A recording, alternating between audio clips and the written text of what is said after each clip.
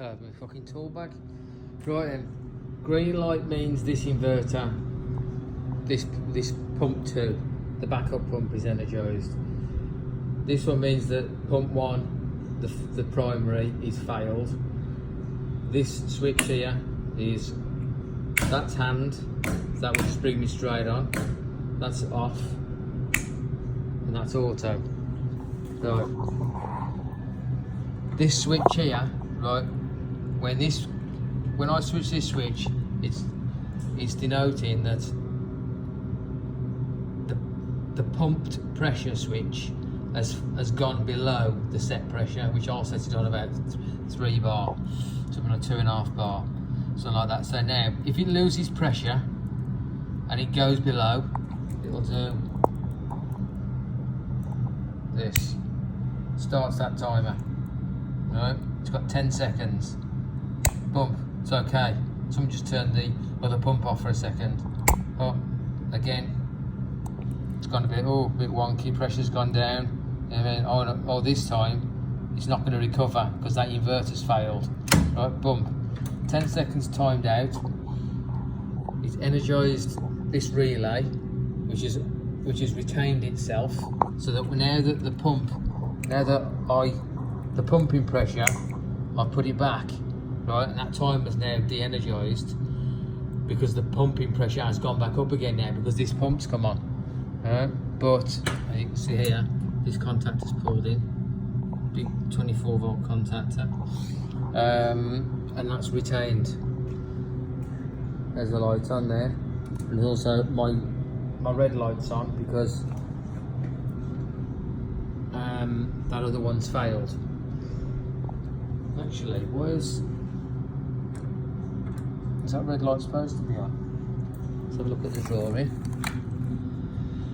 Pump fail comes on with R1. Okay, then yeah, so if R1 is energised, if R1 is ever energised and stayed in, it means the only reason is because it's done straight off of A1, that one there is.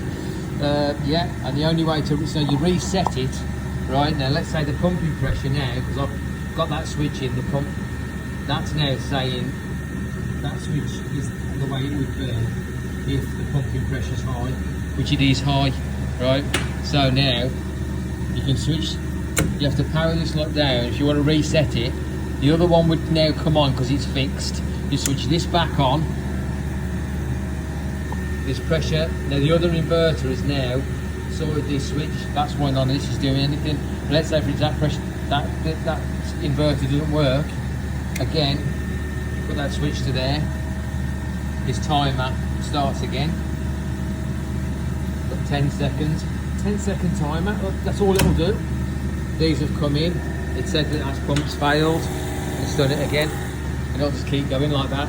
Obviously if this pump fails, you've got problems, but also on here I'm going to use the spare contacts of here to hold off that inverter, so that inverter can't start if this one's on. You know what I mean? You've got to reset this, and I'll either put a reset button in or just turn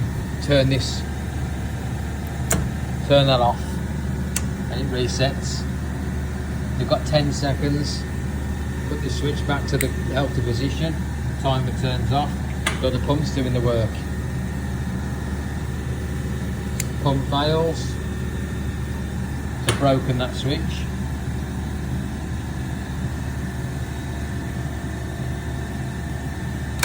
Boom.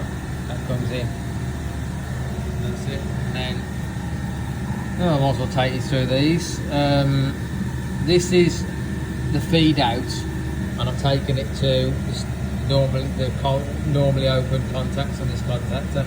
Right, so when this contactor pulls in, this one here, 21, which is the feed out, the start switch, and it comes back and starts into there, start forward, right, that's coming out of there. But at the same time, to initiate, they call it PID, and tell you you're doing PID with a transducer, you've got to go into RT as well at the same time, so that's in. How do you, right then, with a transducer, you come out of, you just put 24 volts, and I've taken 24 volts. This is my 24 volt feed here, this number 2. So I've just come up, I'm sticking number 2 straight into a transducer, which is this red one here, and then it comes back on black.